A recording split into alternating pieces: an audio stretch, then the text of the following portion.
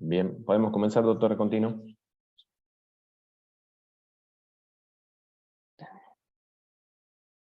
Bueno, buenas tardes. Estamos acá para una charla de carácter federal organizada por la Escuela de Graduados del Colegio de Abogados de Tucumán, por la Organización Nacional Confluencia de Abogados Laboralistas, por la Asociación de Abogados Laboralistas Rosario, por la Constituyente de Abogados 7 de julio, y por la Asociación Tucumana de Abogados Laboralistas. Bueno, el tema que nos convoca es un tema que hoy día veía las publicaciones de muchas de las organizaciones nacionales, y el tema de la tecnología, del derecho 4.0, algunos hablan de 5.0, es el tema del día. Así que, bueno, justamente el tema que hemos elegido es el derecho laboral y la tecnología. Bueno, tenemos, sin más, vamos a dar comienzo. El primer expositor es el doctor Pablo Guillermo Rosley Caram, es abogado egresado de la Facultad de Derecho de la Universidad de Buenos Aires, hace ejercicio libre de la profesión, con estudio jurídico propio, es especialista en Derecho del Trabajo, con estudio de posgrados en diversas universidades, la Universidad de Buenos Aires, la Universidad Nacional 3 de Febrero, la Universidad Pontificia Católica Argentina Santa María de Buenos Aires, UCA, Universidad Nacional de Lanús, en la Universidad de Sevilla, Universidad de Castilla-La Mancha, Universidad de Salamanca, y es conferencista y expositor en diferentes jornadas. Bueno, con ustedes el doctor Pablo Guillermo Rosley Caram, que va a hablar sobre el procedimiento laboral y la tecnología y prueba digital.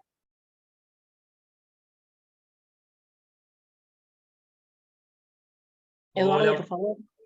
Sí. Hola, hola, hola, buenas tardes. Buenas tardes. ¿Se escucha bien ahí, Luisa? Sí, perfecto, perfecto. Bueno, excelente. Dame un segundo. Ahí estamos.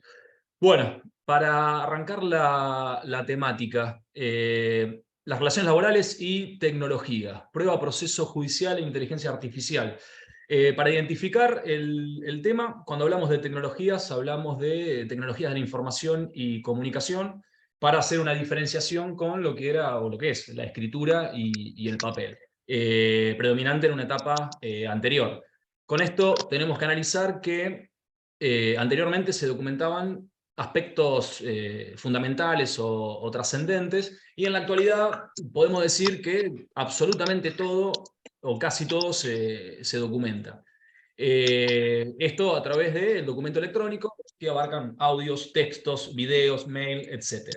Toda esta tecnología entonces va a incidir en la sociedad y obviamente en las relaciones de trabajo y en el proceso laboral, que no son ajenos. Hay un sonido de fondo, Luisa, no sé si se escucha o lo escucho solo yo. No. ¿Puede ser? No. ¿Se escucha bien? Bueno. Sí, se escucha perfecto. Perfecto, sigo entonces. Entonces, la incidencia de las nuevas tecnologías en el campo de trabajo lo podemos analizar en tres aspectos distintos. Primero, cómo, bueno, dentro de la relación de trabajo y en el marco de los derechos y obligaciones de trabajador y empleador, ¿sí? Y cómo juega directamente esto con los derechos personalísimos. Ejemplos de cámaras de video en un establecimiento, los correos electrónicos de la empresa utilizados por el personal, aplicaciones de geolocalización a los trabajadores, por ejemplo, trabajadores de reparto, ¿sí? Como primer aspecto. Como segundo aspecto de esta incidencia en las nuevas tecnologías en las relaciones de trabajo, en el marco de los medios probatorios, ¿sí? Es decir, las nuevas tecnologías que documentan los hechos que necesitamos probar. Y como tercer aspecto es las nuevas tecnologías en el marco de la gestión del proceso laboral, hoy proceso electrónico laboral, que han ido distintas jurisdicciones reglamentando y avanzando. Ejemplo de esto puede ser el hecho de que todavía se insista en notificaciones de traslado de demanda en cédula papel con demandados que son recurrentes. Llámese, por ejemplo, las ART, que tenemos que estar 2 meses para diligenciar una cédula a Santa Fe desde Capital Federal para notificar a prevención, cuando se trata de una demandada recurrente, sin sin desestimar el costo de 15 lucas que cuesta una gestoría. Esto lo han solucionado algunas jurisdicciones, no es el caso de la Justicia Nacional del Trabajo. Sobre esta cuestión, yo me voy a centrar en los medios probatorios, específicamente sobre la prueba electrónica, ¿sí? O sea, los medios probatorios clásicos con referencia a el documento electrónico.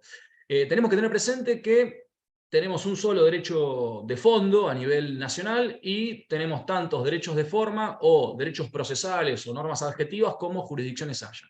Y la realidad es que en la mayoría de los códigos procesales, normas procesales o procedimientos de las distintas jurisdicciones fueron sancionados en el marco de un formato físico, no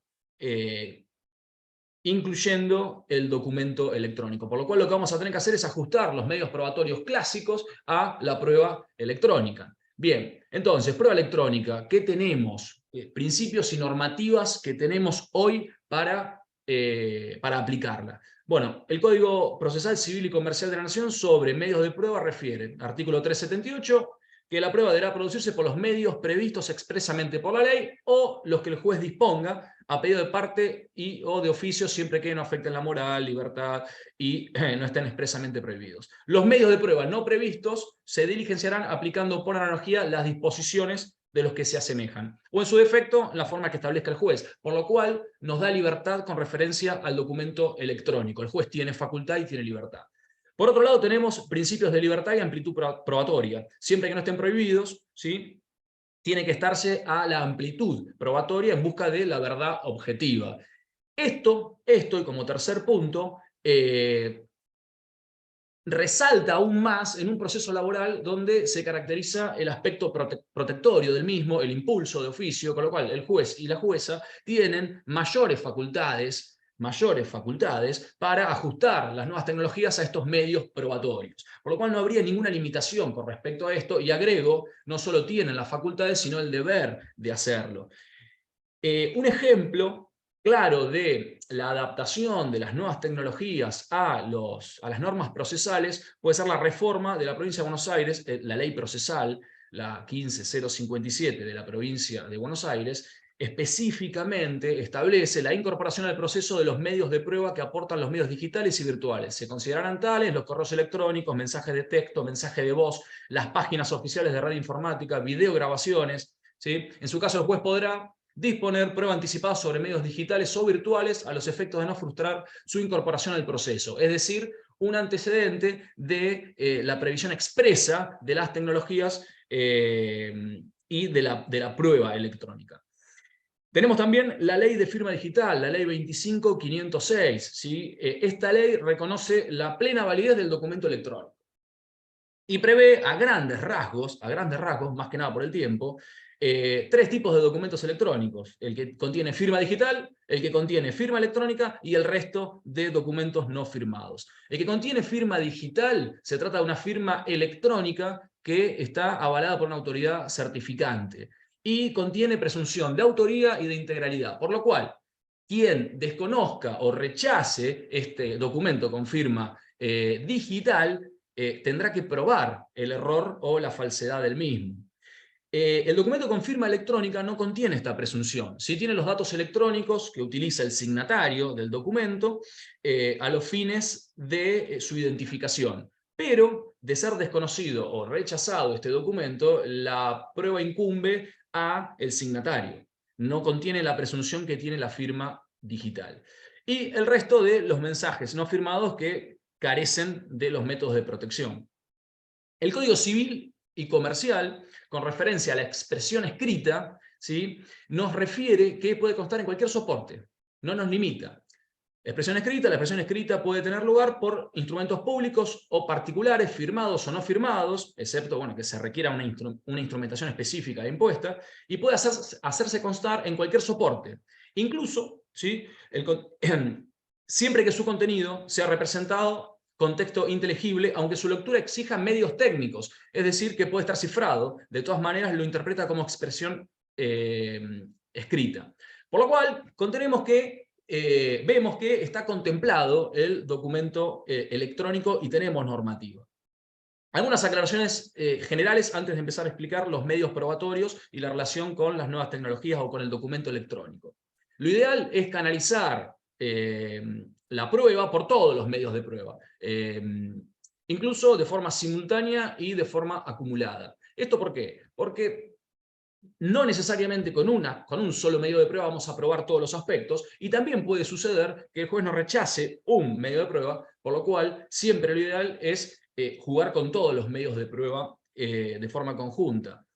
El documento electrónico es prueba documental, la prueba electrónica no deja de ser prueba, ¿sí? Esto surge de hechos o actos ocurridos por medios informáticos que están alojados en artefactos electrónicos. La prueba electrónica se va a caracterizar por la fugacidad y la fragilidad. Esto genera un riesgo, y ese riesgo nos da un peligro a la demora a los fines de otorgar fundamento para una prueba anticipada. Tenemos como límite, ¿sí?, que no haya una intromisión en derechos personalísimos, derecho a la intimidad, a la moral y a las buenas costumbres. Esto lo digo porque puede llegar a ser un límite a la producción de la prueba o una oposición de la otra parte a producir esta prueba.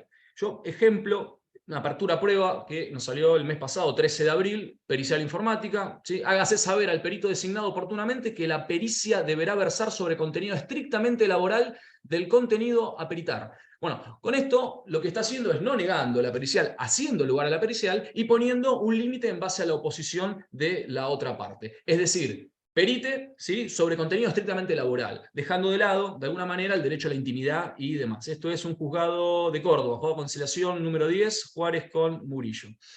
Bien, avancemos con los distintos medios probatorios en torno al documento electrónico y las nuevas tecnologías. Bueno, en primer lugar, prueba documental, instrumental y documento electrónico. Estamos hablando, es un documento a cualquier elemento susceptible de almacenar o transmitir información sobre la realidad. Es un concepto amplio. Se trata de un archivo digital que contenga un documento electrónico, ¿sí?, fotos, videos, etc. La pregunta es, ¿cómo lo vamos a adjuntar esta prueba instrumental? Bueno, acá tenemos dos cuestiones. Por un lado, el nuevo proceso electrónico en las distintas jurisdicciones, y en su mayoría, nos está permitiendo, obviamente, introducir la documental a través del sistema de ese proceso judicial. El tema es que no cualquier archivo permite introducir. Por lo general es todo archivo que se pueda convertir a PDF. Entonces, la pregunta acá es qué hacemos con el resto, archivos de audio, archivos de video, que no nos permite introducir el sistema. Y acá tenemos una cierta cuestión. Como principio, y es lo que yo considero, es adjuntarlo en un formato físico, CD, DVD, un pendrive, siempre y cuando sea no regrabable, se aconseja, y cerrada la sesión de grabado para mantener la integridad del archivo.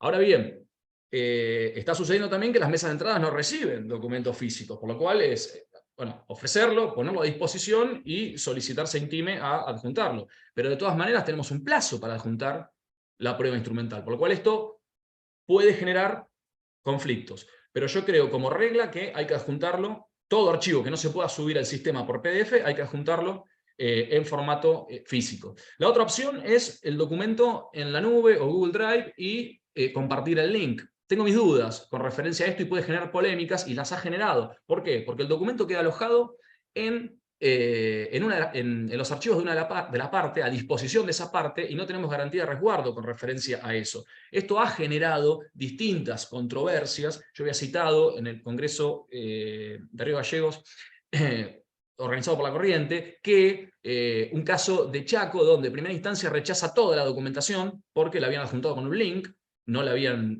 incorporado al sistema.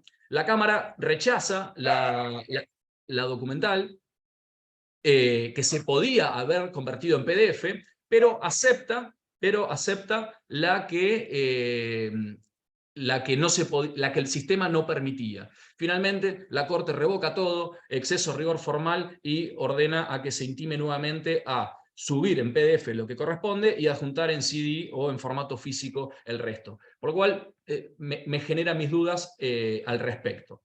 Bien, con respecto a la documental electrónica también tenemos herramientas como acta notarial, o sea, certificación por escribano. Esto es un acta, obviamente que oneroso, y va a generar costos, habrá que analizar en cada litigio.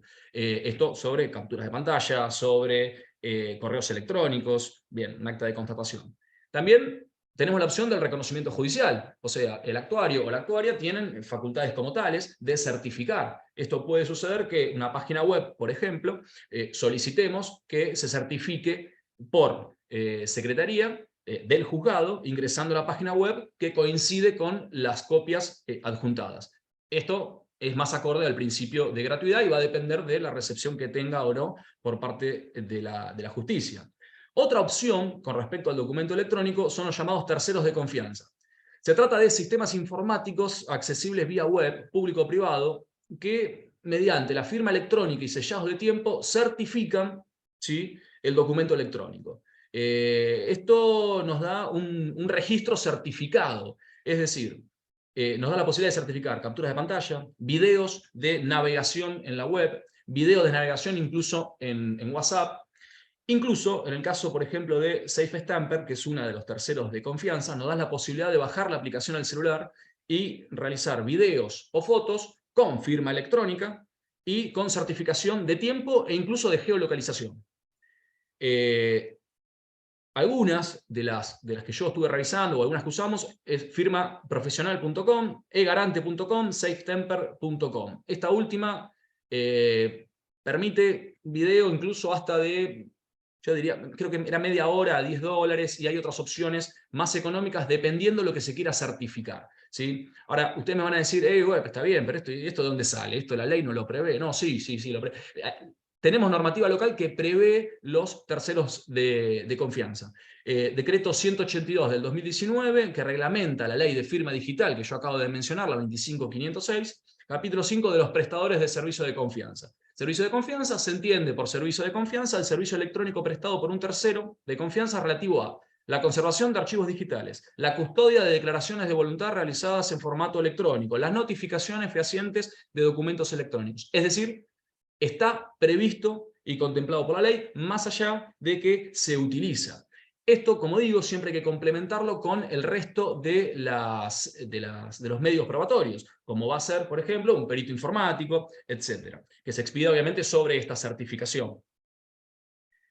Otra de las opciones, sobre todo en páginas web, cuando pueden sufrir cambios las páginas web sobre un hecho que estaba registrado en la misma y que me interesa. Por ejemplo, figuraba información sobre un empleado, o sea, mi cliente en este caso, en la página web de la empresa, donde figuraba como gerente y no estaba registrado como tal, o información sobre un socio oculto que figuraba como gerente o como administrador o como dueño en la página web. Pero la modificaron. Bien, tenemos un sistema, un sitio web de cacheo backup que se ha denominado Wayback Machine. Se trata de una biblioteca digital web que contiene registros históricos de todas las páginas web a nivel mundial. Cuando digo todas, en su gran mayoría, y en distintos periodos, ¿sí? Esto es un backup automático que realiza esta página y se puede buscar determinada página web, ¿sí?, la gran mayoría de páginas web, por la fecha, con, obviamente, en el estado en que se encontraba en esa fecha. Por lo cual, si hay modificaciones, se pueden encontrar a través de los registros de Wayback Machine, que es archive.org, que es un sistema web de caché. Esto, hay distintos fallos a nivel internacional. Agustín Bender tiene un artículo que cita algunos fallos de Estados Unidos, otro de España. Por otro lado, también Gastón Bieli, quien trabajó también sobre este tema, menciona un fallo que utilizó como medio de prueba este sistema de backup, de Wayback Machine, que es un fallo del juzgado civil y comercial número 1 de Morón, Florit con Barbero, donde la pericia informática, donde se utilizó Wayback Machine como fuente para acreditar contenidos suprimidos en una determinada página web. Obviamente, insisto, esto hay que completarlo con el resto de los medios probatorios, como un perito informático que, ingresando a través de esta página web, constate el estado del sitio web en el año 2021 a noviembre. Bien. Documental en poder de la parte.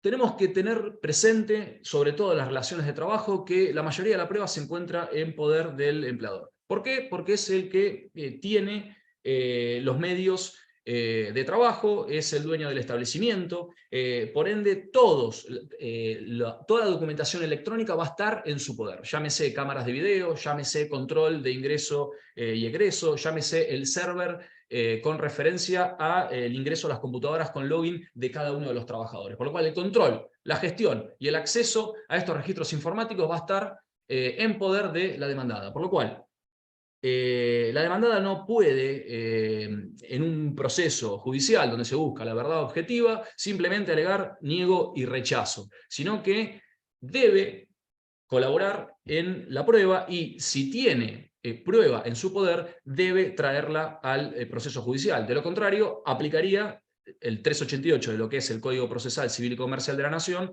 una presunción en su contra sobre los hechos alegados que deben constar en esa prueba que tiene el empleador en su poder y que no está trayendo al juicio. Para esto hay que afirmar la existencia de determinada prueba en poder de la demandada.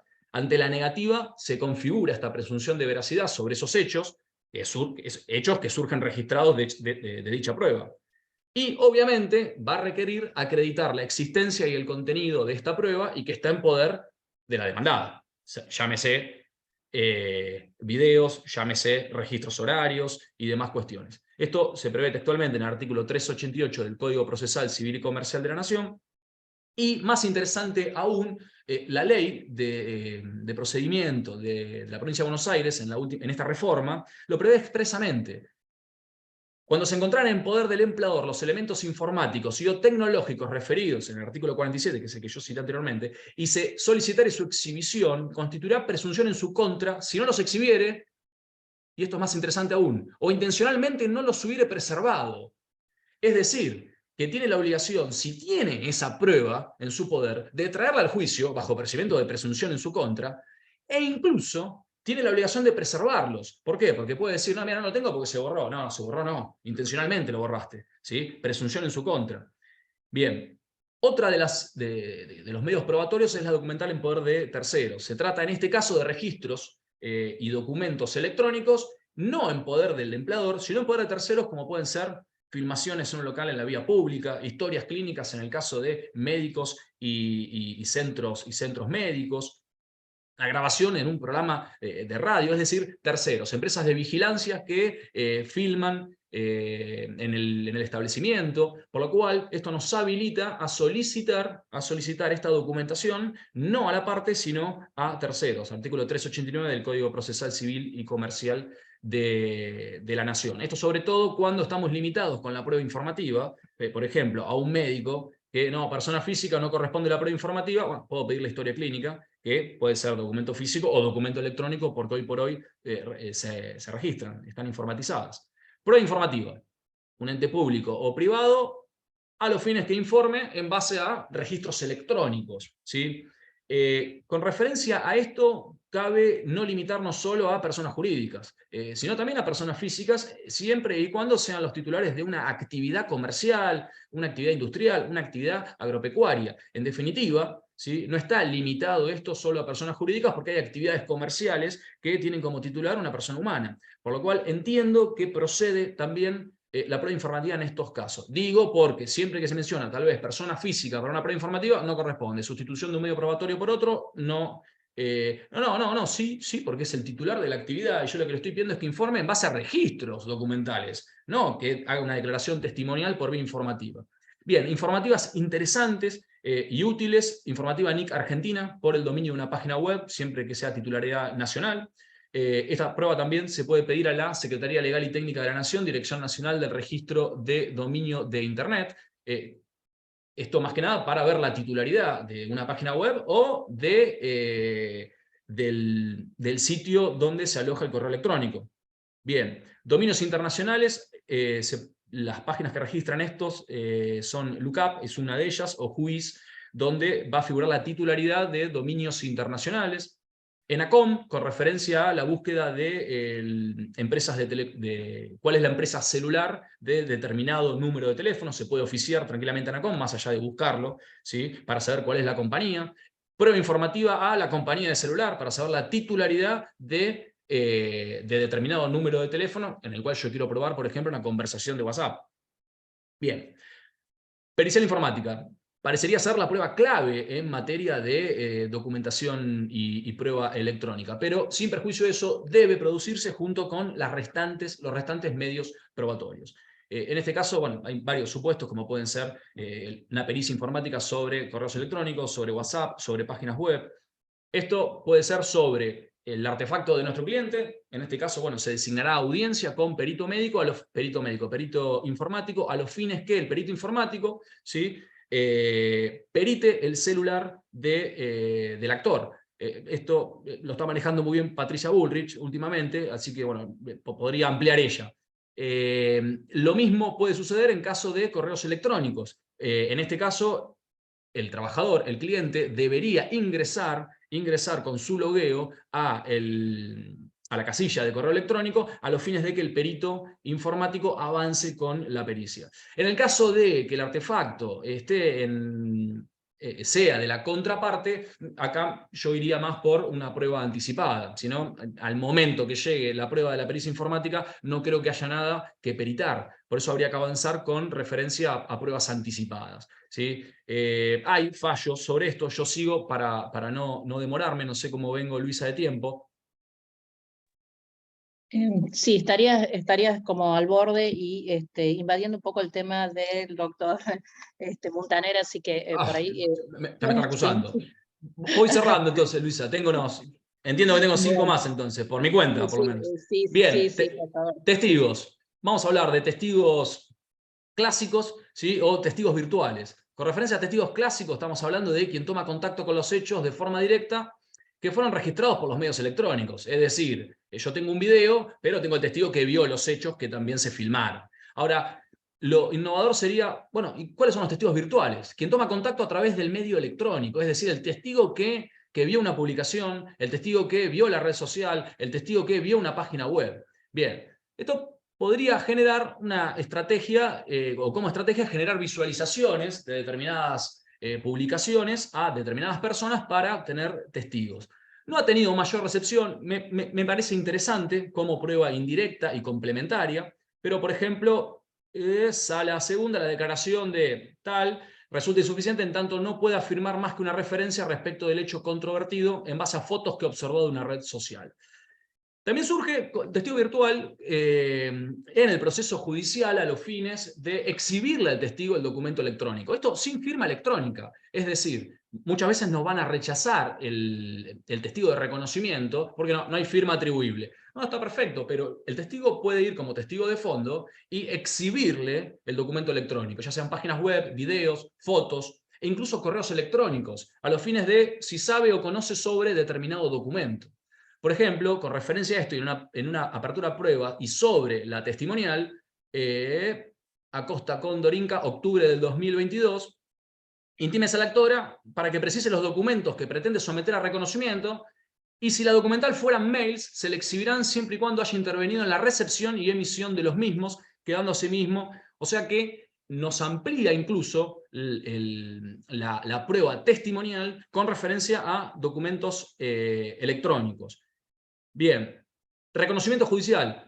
El reconocimiento judicial lo mencioné en un primer momento y es una prueba interesante a los fines de que el juzgado, el actuario, constate páginas web y esto puede surgir también como prueba anticipada en el caso que las páginas web sean de la parte demandada y como hay riesgo de que la altere, ¿sí?, podemos pedir como prueba anticipada una certificación por la secretaria o secretario del juzgado de esa página web y si se coincide o no con las que hemos adjuntado, ¿sí? WhatsApp y Facebook no voy a hablar, me refiero específicamente a correos electrónicos, cuestiones particulares para ir cerrando. Con referencia a los correos electrónicos, ¿cómo me manejo con referencia a su acreditación en base a los medios probatorios que acabo de mencionar? Bueno, primero la impresión a la descarga del correo, que lo voy a juntar como documental, y cuidado con esto, la mera impresión del correo electrónico no nos da todos los datos, hay datos que están ocultos, por lo cual lo que hay que hacer acá es mostrar el mensaje original y descargarlo.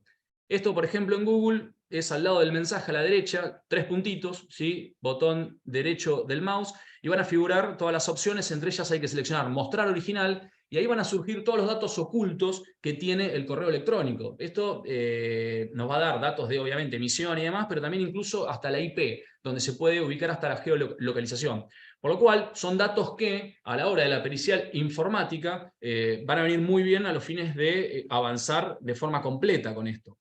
Acta notarial o tercero de confianza a los fines de certificar el correo electrónico, es decir, esta descarga completa y original. Prueba informativa al website, es decir, donde se aloja el correo electrónico, ya sea Yahoo, ya sea Hotmail, ya sea Gmail. Perito informático, ¿sí?, sobre el cliente en audiencia o de la contraparte como prueba anticipada.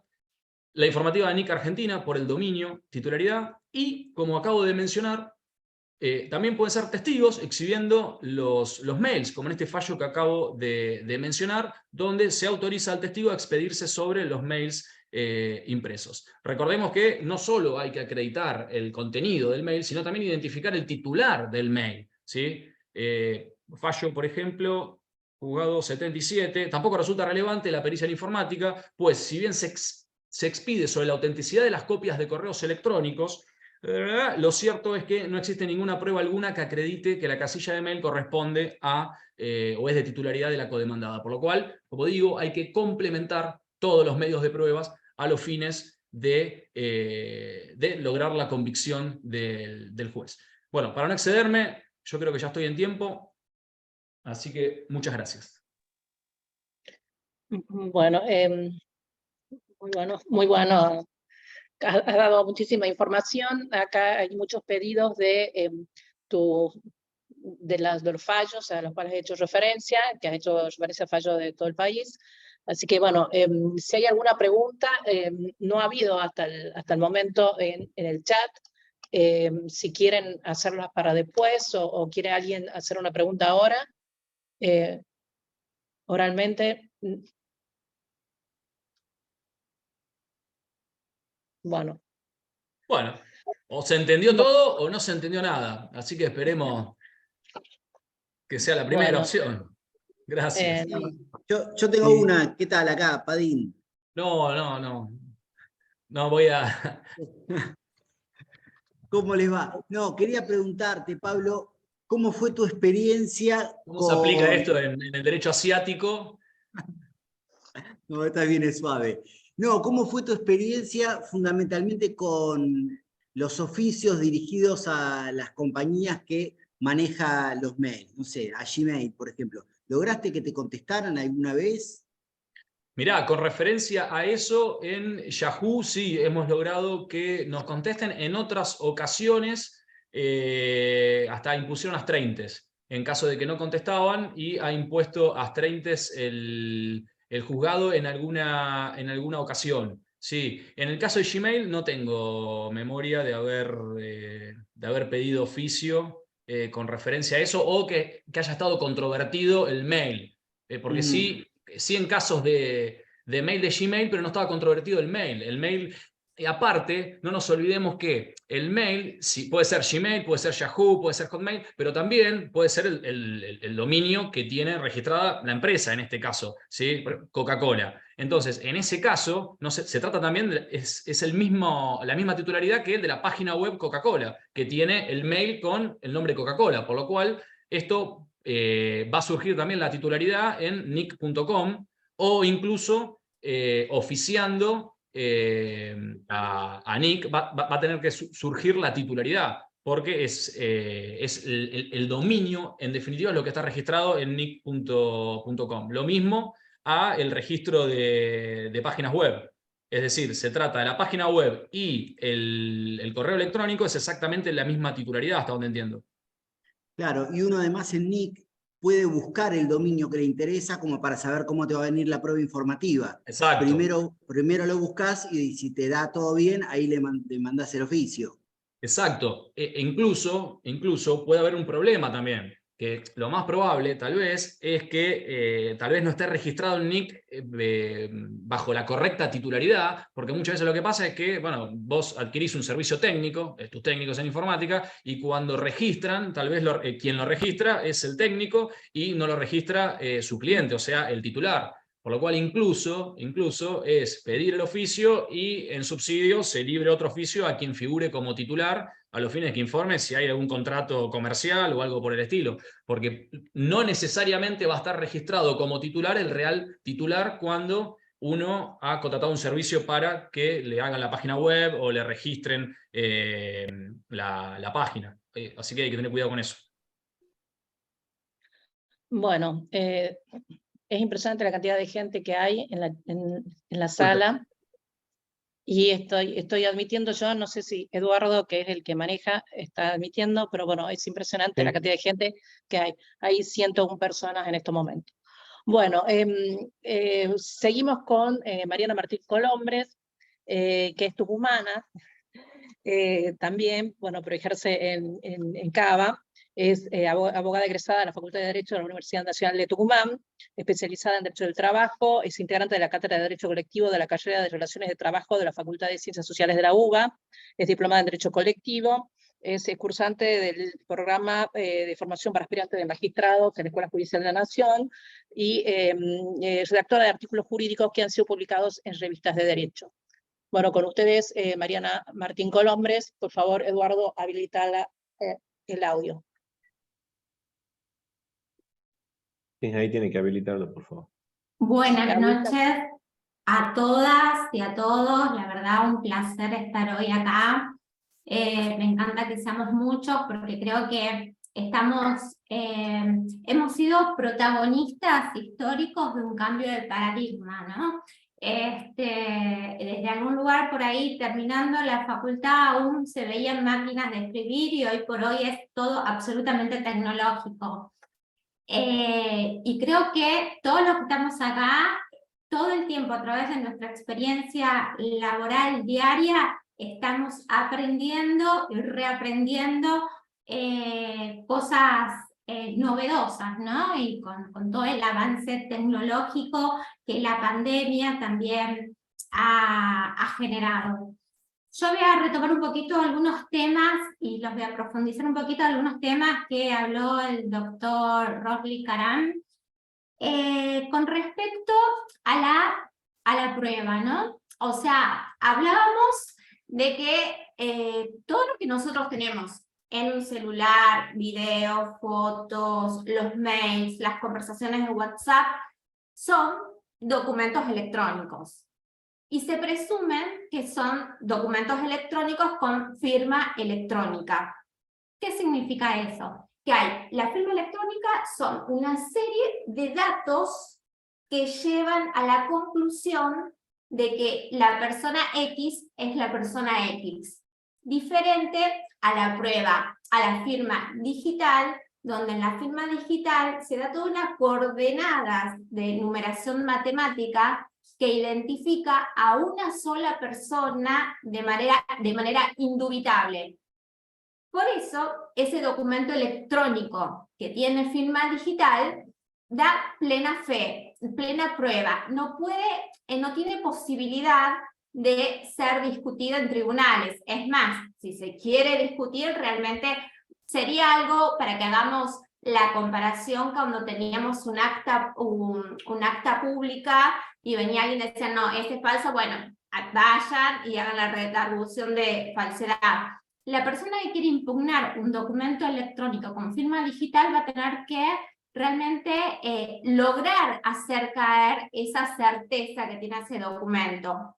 Pero esto no pasa lo mismo cuando estamos ante un documento electrónico con firma electrónica. ¿Por qué? Porque la doctrina, los distintos libros y doctrinarios que están hablando sobre el tema consideran al documento electrónico, que es, les repito, todo lo que nosotros tenemos en la computadora, lo que tenemos en nuestro celular, que tiene firma electrónica, es decir, ¿cuál es la fuerza dentro del proceso? La fuerza es mucho más débil, es indiciaria. ¿Qué es lo que vamos a necesitar nosotros? Vamos a necesitar otra serie de aportes a través o de otros medios de prueba para darle solvencia y que ese indicio pase una presunción y pueda formar todo el elemento y todo el entramado probatorio de esa conclusión que pueda llegar a tener el juez aplicando la sana crítica cuando valore junto con el resto de las pruebas, o hacer, que es lo que hoy tengo ganas de contarles a todos, así todos aprovechamos y lo hacemos en nuestros expedientes, ¿cómo fortalecemos ese video, esa foto, esa conversación de WhatsApp, que hoy por hoy, por ejemplo, dentro del ámbito laboral, es muy común que se usen, dar las órdenes a través de WhatsApp, o comunicaciones de determinadas situaciones laborales a través de WhatsApp? ¿Cómo podemos hacer para que tenga más fuerza?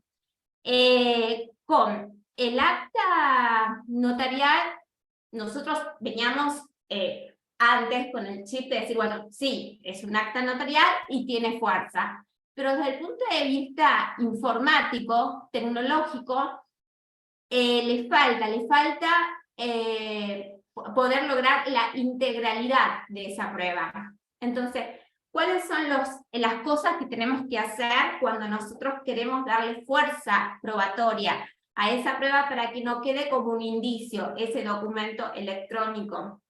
Lo primero que tenemos que hacer es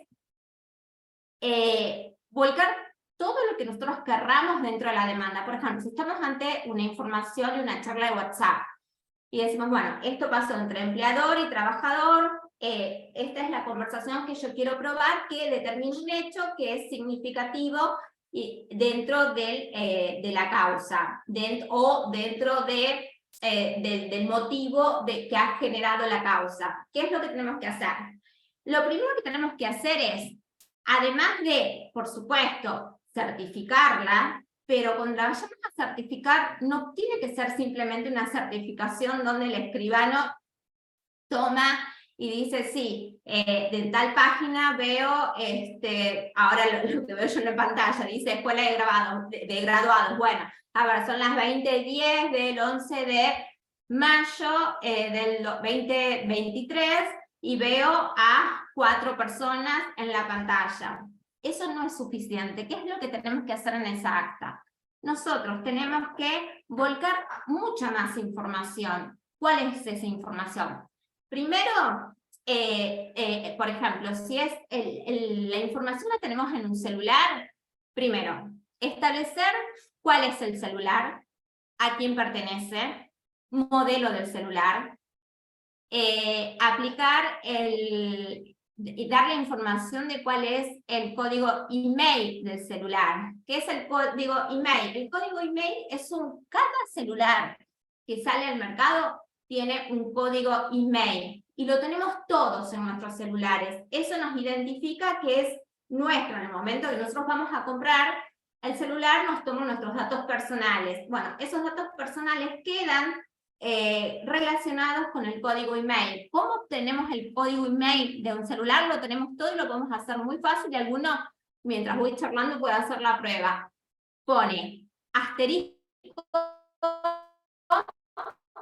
numeral 06 numeral llamando. Automáticamente les va a salir el código email, que es como una barra que tienen un código de barra. Bueno, ese código de barra con esos números es necesario asentarlos también en esa acta de constatación. ¿Qué más es necesario? Poner, de ser posible, y ahí yo en lo personal me parece que lo ideal es completarlo con los terceros de confianza. Acá en Argentina, Pablo habló de SafeStamper. SafeStamper es una compañía que nació en el año 2002 en España. ¿Y cómo surgió? Surgió porque en el 2002 empezó a haber un tráfico bastante agudo de contratos comerciales. 2002, imagínense que recién en esa época estábamos empezando con todos los negocios electrónicos. Y entre las partes se generaba duda, a ver, con qué seguridad una de las partes tenía que la otra no podía llegar a alterar de alguna manera ese contrato que habían firmado de manera electrónica. Entonces ahí es donde aparece un tercero de confianza, que son estas empresas que pueden ser públicas o privadas que intervienen en ese documento y a través de esa intervención le dan, lo certifican. No, si bien la palabra es certifica y así se está denominada, no lo relacionemos con la certificación notarial, pero sí le dan una certificación. Si ustedes buscan, ponen Safe Stamper en Google, van a ver que es una página muy sencilla y que se está usando muchísimo en toda Europa y también en Estados Unidos. La usan inclusive organismos públicos y privados, incluyendo, por ejemplo, en España está organismos de seguridad. Pues es muy fácil, porque simplemente te tenés que loguear, tener el mail y accedes a qué es lo que vos querés. Obviamente, para nosotros que estamos en Argentina con una dificultad importante económica financiera, por ahí nos resulta gravoso, pero bueno, depende cada caso y qué es lo que cada uno puede o no invertir, y también de la contundencia del caso y de la necesidad que tenga de probar determinadas cosas.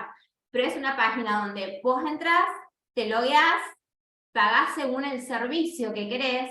Es muy fácil, es muy instintiva y está dividida según qué archivos vos querés certificar. Podés certificar desde fotos, videos, archivos completos. Lo que hace estas páginas es hacer un time slice, que es bloquearla, que ha existido o sea, le da existencia, porque ¿qué es lo que existencia en un tiempo preciso? Y la denomina con un hash. ¿Qué es el hash? El hash todo tiene hash en las computadoras, nada más que no lo vemos. Nosotros, por ejemplo, cuando ponemos algo en un buscador, del otro lado, de ese lado que no vemos, ese lado digital o tecnológico, se arma un hash, que son esos nombres se transforman en unas coordenadas alfanuméricas, es número, letra, que identifica de manera indubitable y determina qué es eso, qué es ese archivo, que ese archivo es ese archivo y no es otro archivo, que esas fotos son esas fotos y no es otra foto.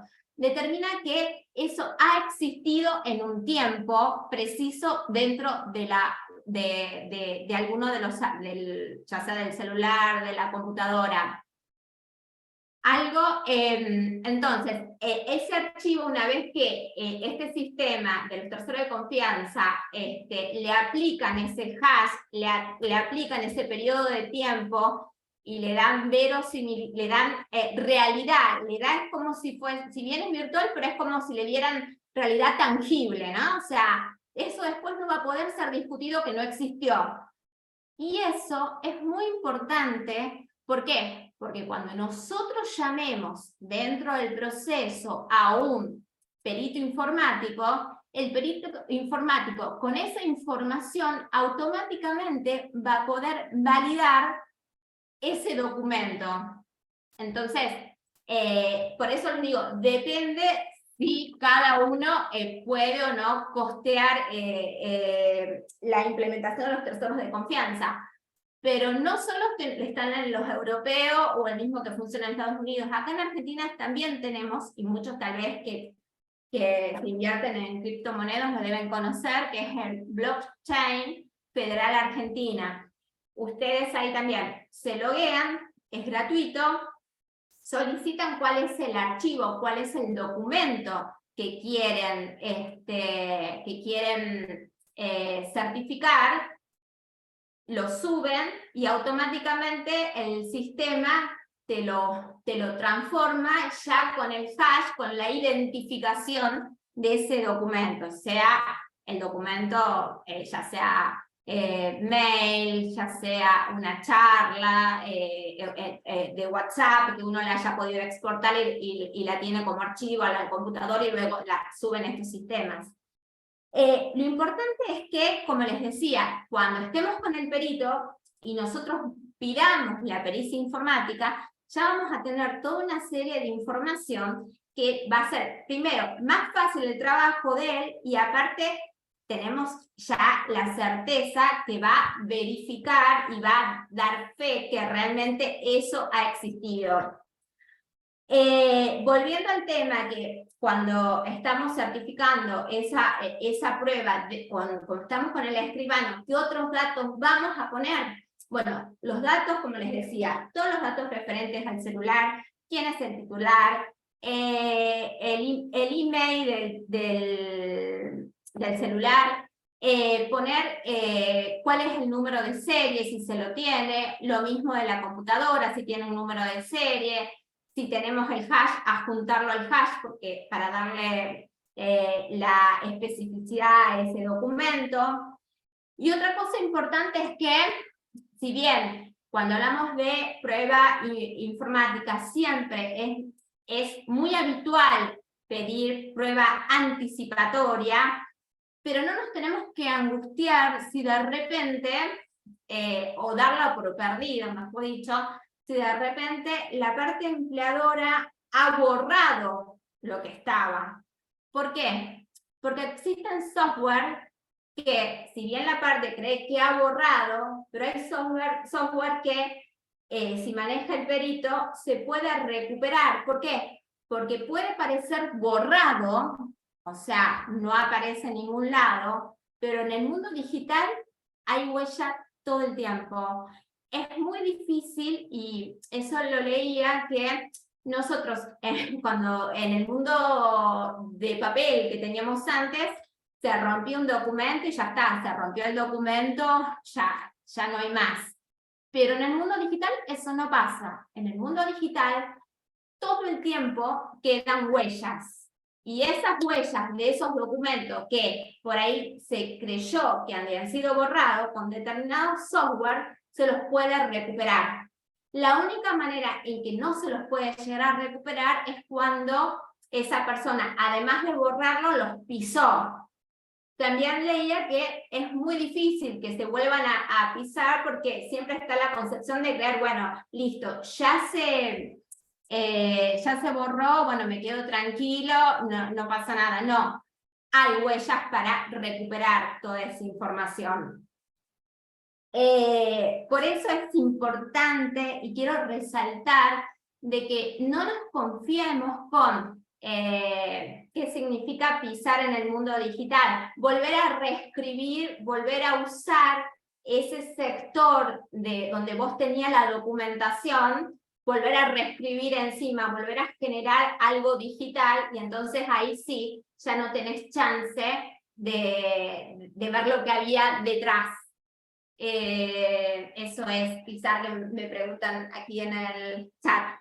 Es muy importante que nos saquemos de la cabeza la creencia de que con un screen de pantalla podemos tener un buen resultado, o la creencia de decir, bueno, adjunto todos los chats y con eso voy a lograr probar. Porque si de la contraparte tenemos a alguien que la tenga clara desde el punto de vista tecnológico y legal, toda esa prueba puede caer si no cumple todos estos requisitos que son necesarios para que la prueba digital que nosotros adjuntamos no quede solo en una prueba en documentos electrónicos con firma electrónica, porque es débil, sino que dar todos los otros elementos para que no puedan ser pruebas que la contraparte pueda observar. Y a la vez es importante también, porque en el momento de estar en un alegato o en el momento de estar en la defensa de la prueba que uno presentó,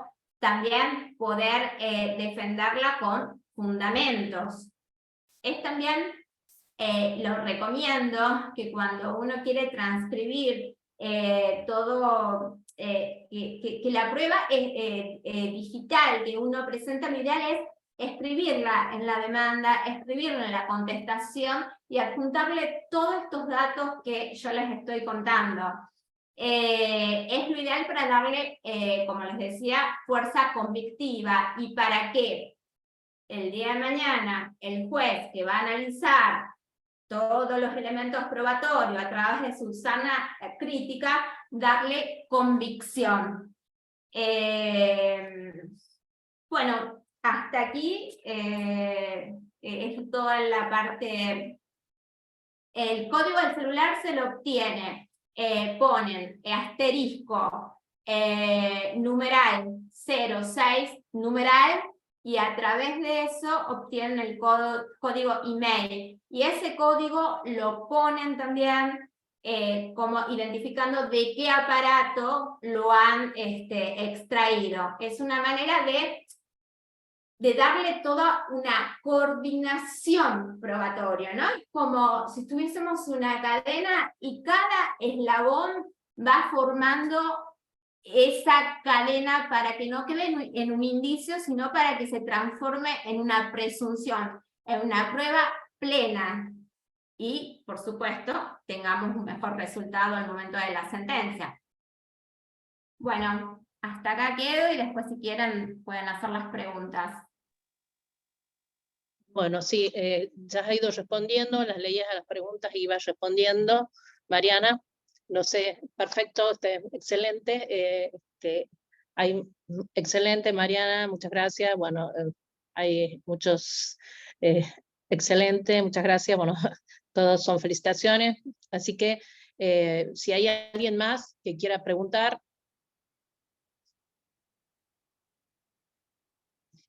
Bueno. Seguimos con el tercer expositor, que es el doctor Gabriel Muntaner, es egresado de la Facultad de Derecho y Ciencias Sociales de la Universidad Nacional de Tucumán.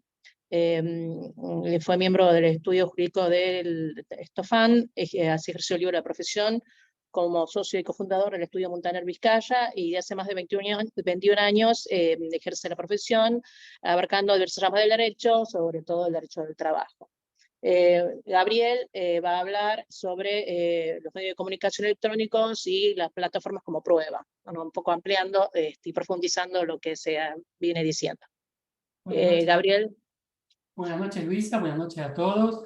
Quiero agradecer primero que nada al Colegio de Abogados de Tucumán y a la Conferencia Federal por invitarme, y en particular a vos, Luisa, y a Cecilia, la doctora Cecilia Eli, por haberme invitado personalmente. Bueno, aparecen nuevas formas de comunicación y, por supuesto, esto incide en el derecho.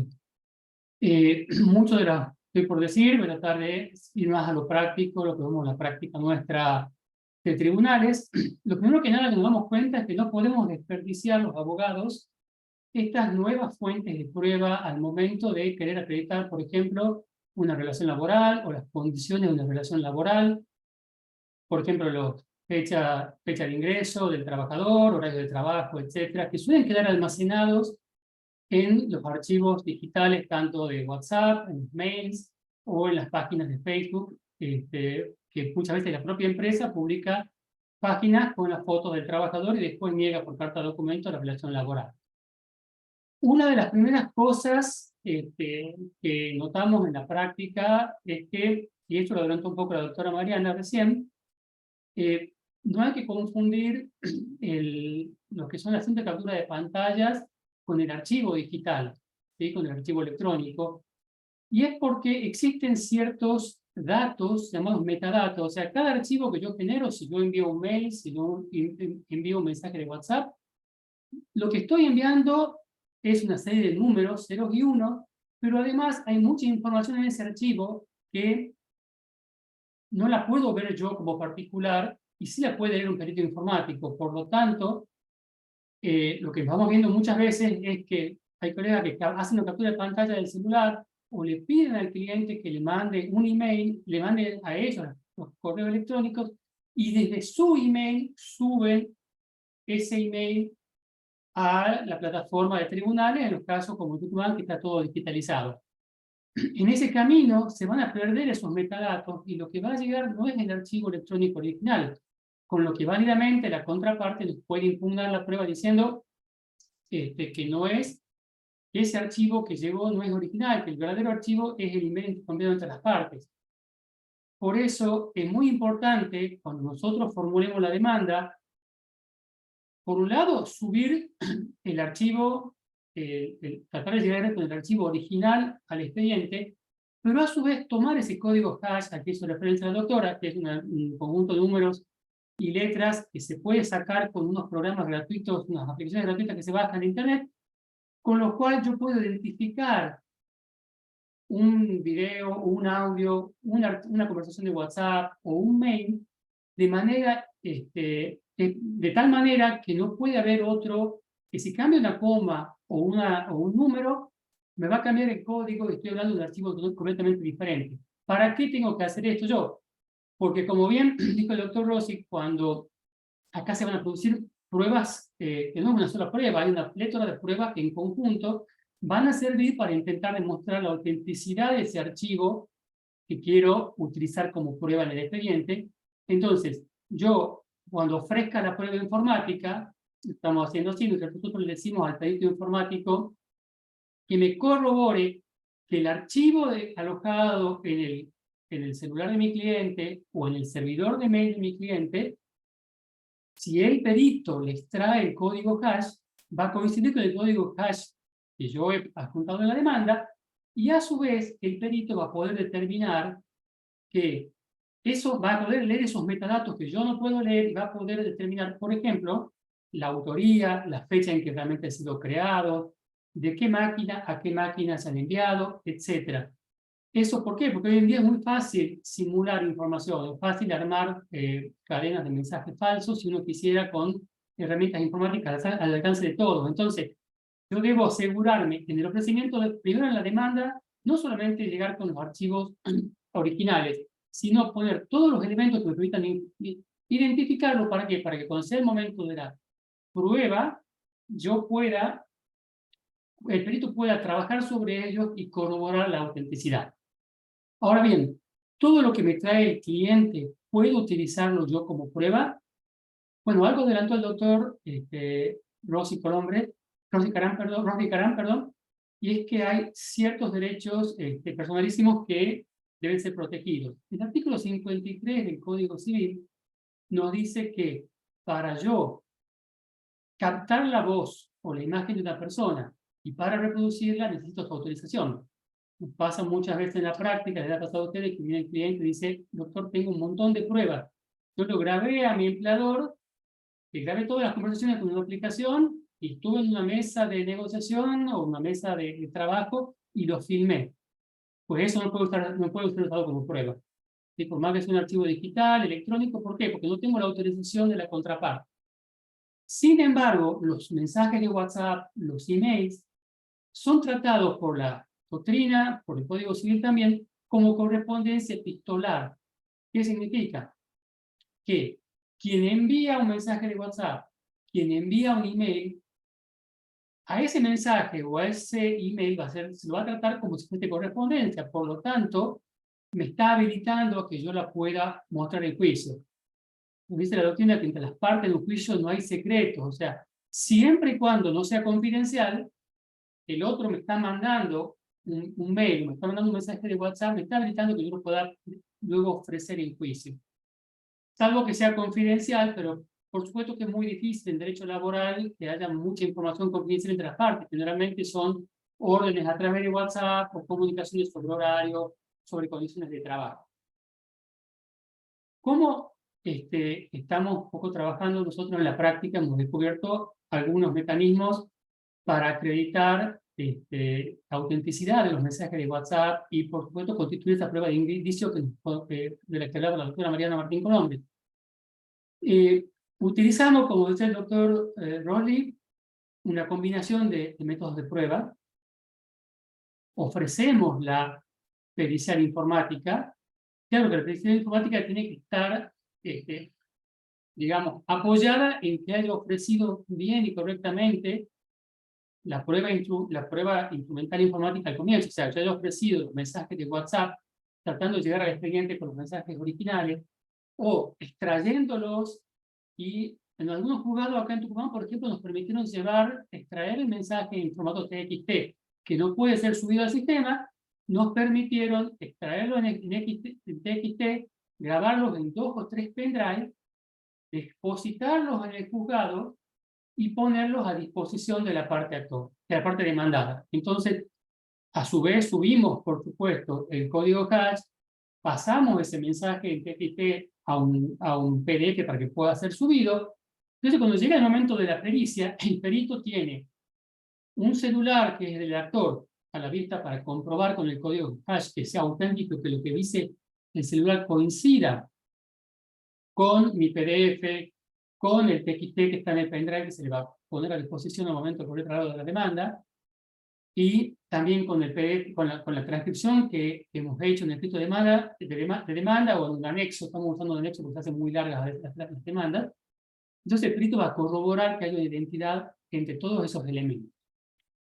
Como punto adicional, en la pericia informática, o sea, designamos al perito en informática, y nosotros pedimos expresamente que se autorice a la parte demandada a que cuando esté presente en la pericia pueda ofrecer su teléfono celular o pueda abrir su casilla de mail en una computadora del perito a los fines de poder ejercer su derecho de defensa y, como dice Couture, entre el que tiene la prueba en su poder y se niega a ofrecerla o a mostrarla, lo hace a su cuento riesgo. O sea, le dice, bueno, si usted tiene también tiene el teléfono celular, usted puede demostrar que estas conversaciones que han sido trasladadas en la demanda son falsas, abriendo su celular o abriendo su casilla de mail y mostrándonos que no existen.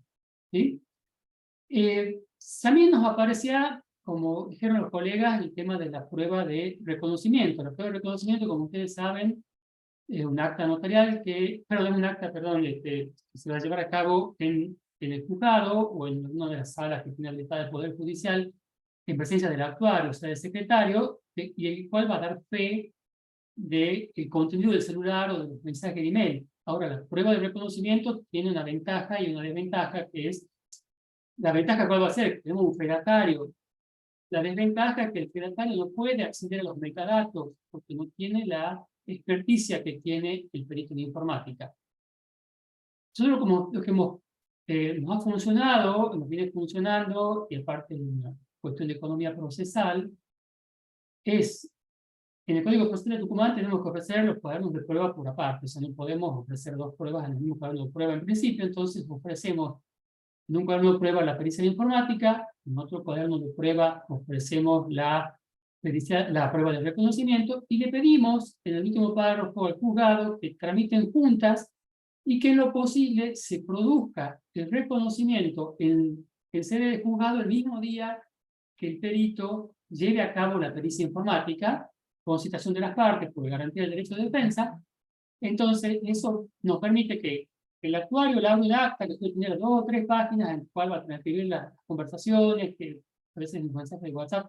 Nosotros lo que hacemos es acompañar algunos de los audios más importantes y transcribirlos en la demanda. Y en ese punto tenemos que la fe que da el actuario. Al mismo tiempo lo tenemos al perito que va a hacer el informe muchísimo más largo en general, en el que ha constatado que estos mensajes de WhatsApp han llegado al celular del actor a través digamos, remitidos por el celular del demandado, del número tal y tal y tal. Y como bien dijeron la colega Mariana, hemos oficiado previamente, o en el mismo plazo de prueba, nosotros no oficiamos a IACOM, que podría ser lo mismo, pero oficiamos en general a las distintas compañías, a Telecom, a Movistar y a Claro, pidiéndoles que nos informen a quién pertenece el teléfono celular, el cual hemos denunciado, por supuesto, en el título de demanda, para que con eso logremos darle al juez esta prueba indiciaria y robustecerla, porque vamos a tener nosotros una constatación del celular de los mensajes que coinciden con lo que hemos dicho en el título de demanda. Y el perito que ha constatado que el código hash que hemos acompañado nosotros cuando él accede al teléfono del actor, constata que ese código hash, toda esa serie de números y letras coinciden con la serie de números y letras que están escritos en el escrito de demanda.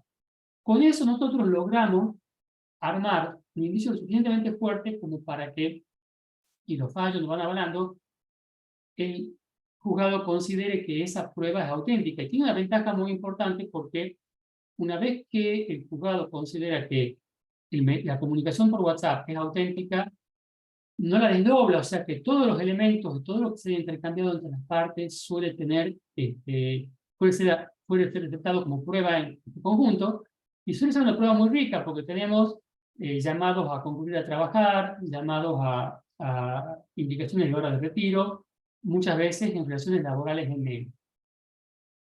Hay algunas dudas sobre cuáles conversaciones de WhatsApp se pueden ofrecer como prueba, porque hay algunos casos que se nos presentan como límite.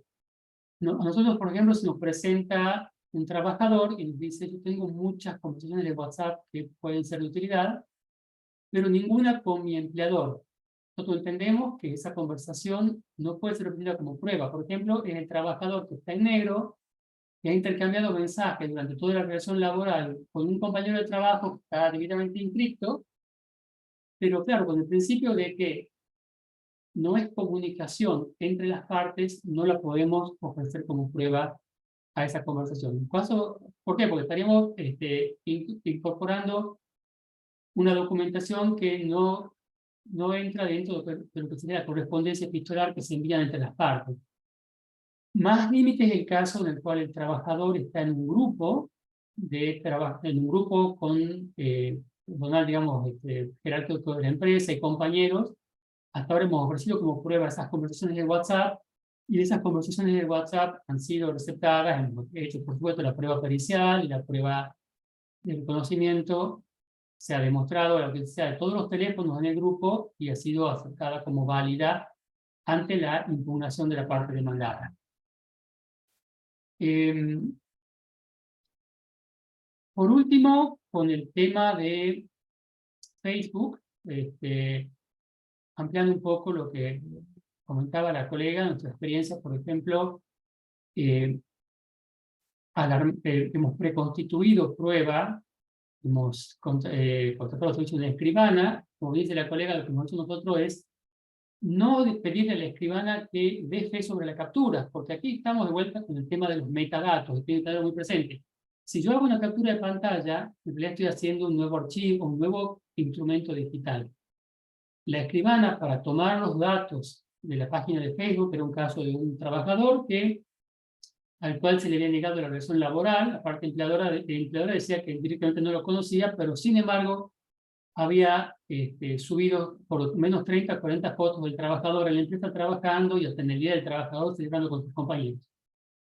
Entonces, lo que hicimos antes de subir la demanda al sistema, contratamos a una escribana, y la escribana fue anotando en el acta notarial cada uno de los pasos seguidos por ella para acceder a cada una de las páginas. Entonces, la escribana, si uno abre cualquier página de Facebook, en las páginas de Facebook les va a decir facebook.com/foto/ y un montón de números y letras. Entonces, la escribana hizo constar eso, más las fotografías, por supuesto, para ilustrar, para que en el momento de la apertura prueba y cuando se cite al perito y se pide el reconocimiento, si es que la parte demandada ha borrado las fotografías, el perito tiene cómo rastrear en la página de Facebook la desaparición de determinadas fotografías y cómo intentar reconstruir esos archivos que se han perdido. Pero tengo que dar ese paso, o sea, este tipo de prueba digital tiene una dificultad mayor que la que ha sido anteriormente la prueba en formato físico a la que estamos acostumbrados, porque aquí no basta cuando nos impugnan la prueba con una pericial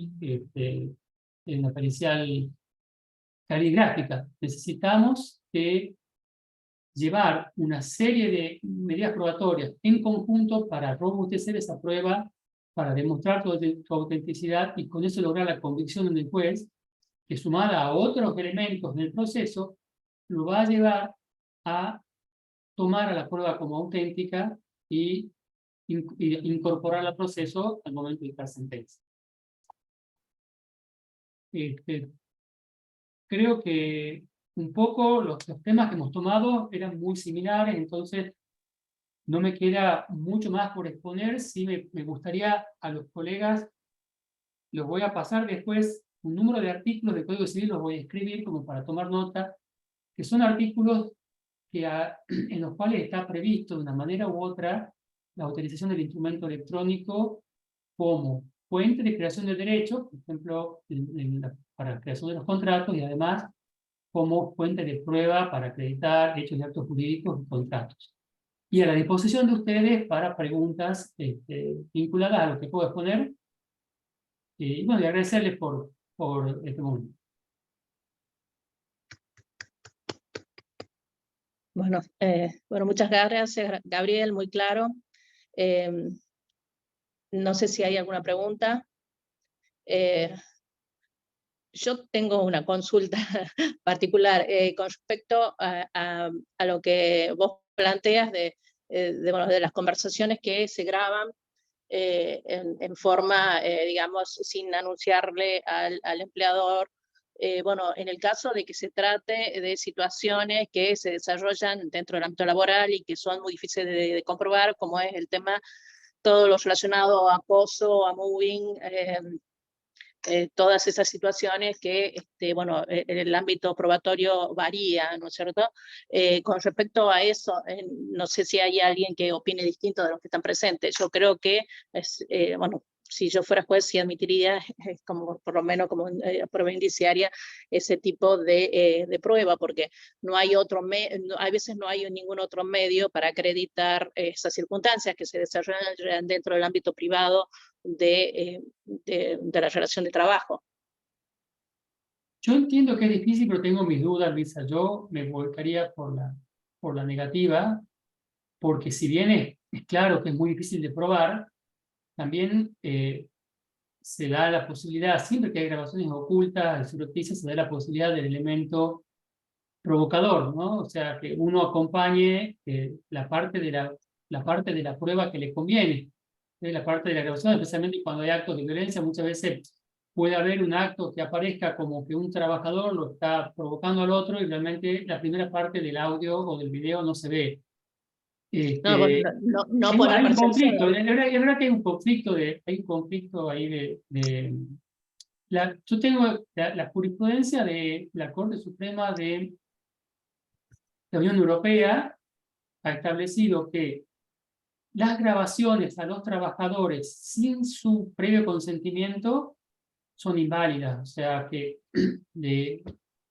no sé en Tucumán qué ha pasado, no tengo, digamos, no tengo sobre la jurisprudencia en casos así en Tucumán, pero por lo menos desde el punto de vista del empleador que graba al trabajador en cualquier circunstancia, sin antes avisarle que hay una cámara filmadora, no tienen validez.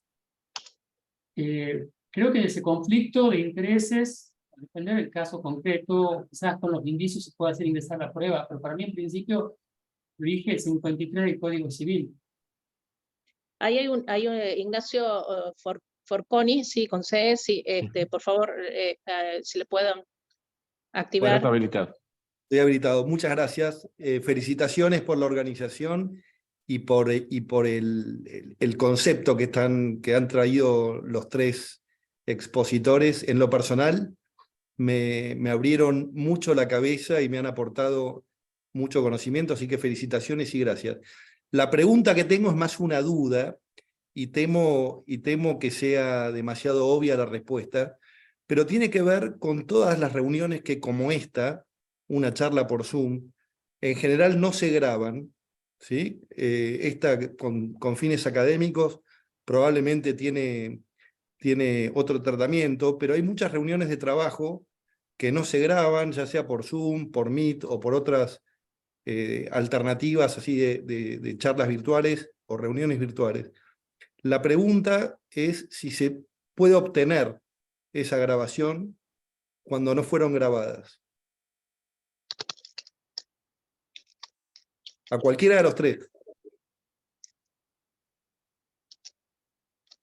Si se puede obtener o si se puede presentar en juicio, no entiendo. No, bueno, por supuesto que de haberse, o más allá del tratamiento confidencial o no, yo lo que quiero saber es si hay forma de obtener, o eso desaparece, si hay forma de obtener esa reunión cuando el anfitrión no la grabó.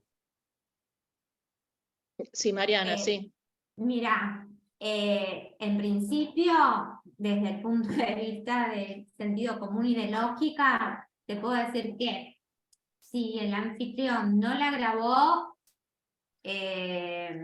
no creo que se la pueda recuperar.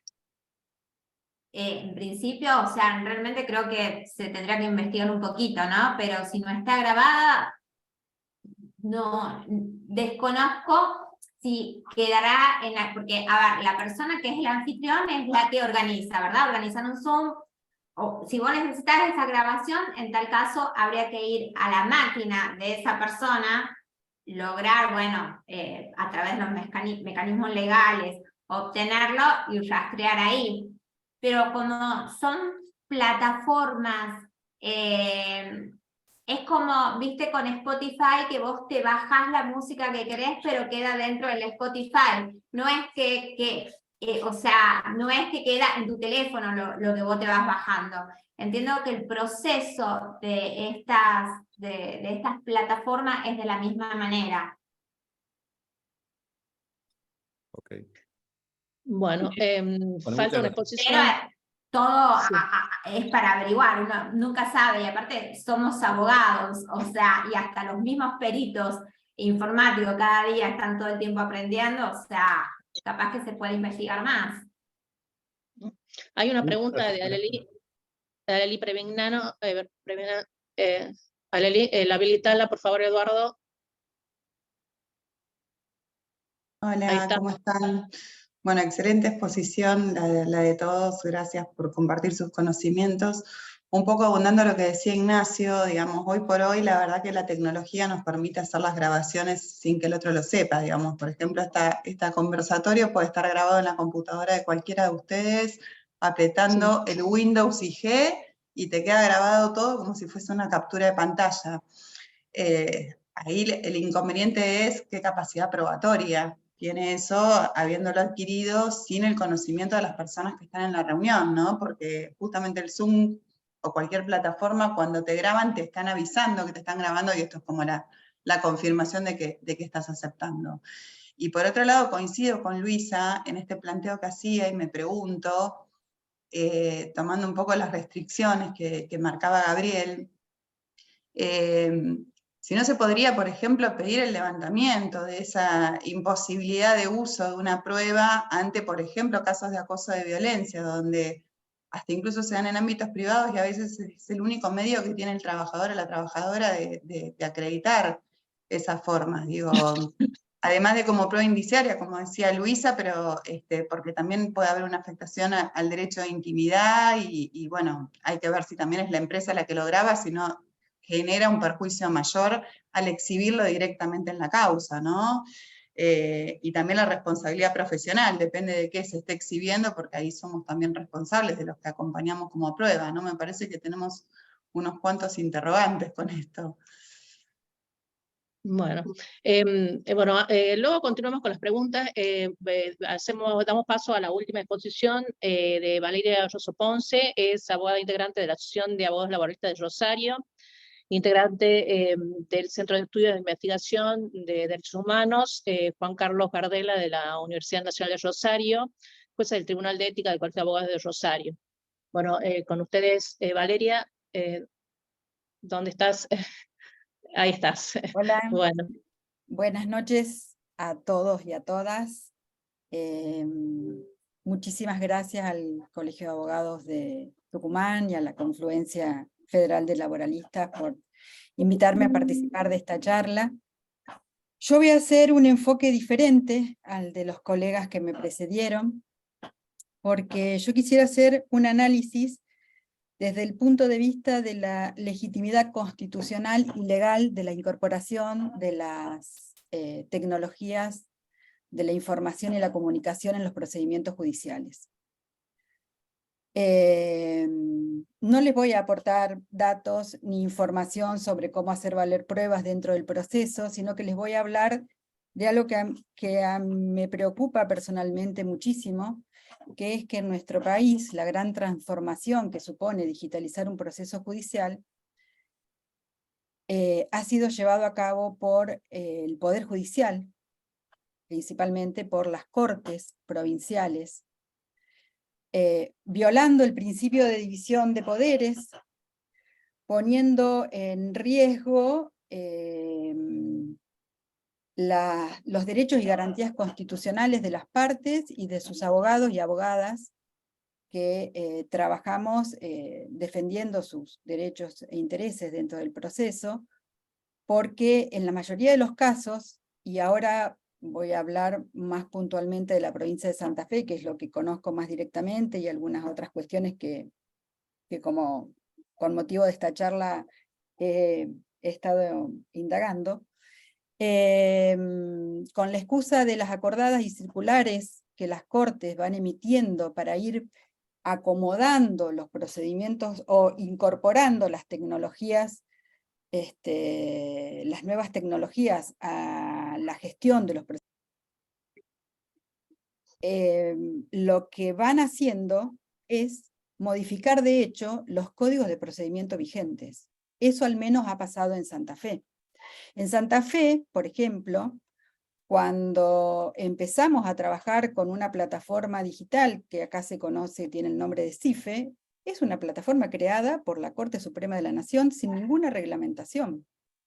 No hay ninguna ley del Poder Legislativo de la provincia que diga o que haya modificado el Código de Procedimiento Civil o el Código de Procedimiento Laboral que permita las modificaciones que ha ido haciendo, que fue haciendo de hecho la Corte Suprema. Por ejemplo, no sé qué ha pasado en otras provincias, pero en la provincia de Santa Fe era muy común ver escritos presentados por colegas que decían constituyendo domicilio electrónico y ponían una dirección de mail. Eso era el domicilio electrónico que pretendía cumplir la función de lo que nosotros conocemos como el domicilio ad litem. A través de acordadas, la Corte Suprema de la provincia de Santa Fe establece, por ejemplo, que se pueden intercambiar, mandarse cédulas a través de esta plataforma digital entre las partes, lo que vendría a reemplazar el domicilio ad litem. Ahora, hemos tenido muchísimos casos entre colegas de acá de nuestra provincia, donde nos aparecían cédulas que no estaban el día anterior, porque no hay ninguna legislación, ningún marco regulatorio que debe ser dictado por el Poder Legislativo que diga cómo vamos a incorporar estas nuevas tecnologías en el procedimiento judicial, que sigue teniendo la obligación de estar desarrollándose respetando los códigos de procedimiento que están vigentes, porque no han sido modificados. De hecho, no tenemos ninguna norma que nos hable de la seguridad tecnológica en el desarrollo de estos procedimientos. Nosotros que trabajamos con plazos perentorios, ¿cuál es la solución normativa que se le da cuando, por ejemplo, el sistema, por algún motivo que ni siquiera sea imputable a ninguna de las partes, deja de funcionar? No se pueden cargar escritos, no se pueden presentar demandas, corren los plazos. Ha habido innumerables situaciones en las que nos hemos encontrado esperando los abogados y abogadas de la provincia si la Corte Suprema, por una mañana que no se podía utilizar la plataforma digital para subir los escritos, suspendía o no los términos que estaban corriendo. Y esto no pasa en la provincia de Santa Fe. Esto pasa en la Nación, esto pasa en la provincia de Buenos Aires. Me puse a ver el Código de Procedimiento Laboral de Tucumán, que ha tenido modificaciones muy recientes, fines del año pasado. He visto una modificación que se publicó en el Boletín Oficial en enero de este año, donde habla de todas las pruebas, pero no habla de la prueba tecnológica, por ejemplo. ¿Cuál es la ley? ¿Cómo regulamos nosotros? ¿Cómo podemos nosotros tener, los abogados y abogadas, la tranquilidad en la presentación de los escritos, de que esos escritos han sido cargados en el momento que nosotros los hemos presentado? Acá en Santa Fe, más de una vez, vemos que hay escritos que se han presentado, hay resoluciones que son emitidas por los juzgados con una fecha, y el sistema informa otra. Y eso no tiene ningún tipo de regulación. Y eso viola los principios constitucionales de división de poderes, porque tenemos un poder judicial que es juez y parte, que priva incluso a las partes de la doble instancia, porque tienen que ser esos mismos jueces los que tienen que seguir un procedimiento por ellos mismos dictados. Nosotros pertenecemos a un sistema de derecho que es el sistema que se rige por códigos, lo cual, según la Constitución de Santa Fe, por ejemplo, establece que las normas referidas a los procedimientos judiciales las dicta el Poder Ejecutivo, el Poder Legislativo, las reglamenta el Poder Ejecutivo, y la Corte Suprema de Justicia de la provincia solo tiene funciones de superintendencia y puede proponer reformas de organización y de procedimiento. No puede reformar los códigos de hecho, como de hecho está sucediendo en la actualidad con la excusa de la incorporación de las tecnologías digitales.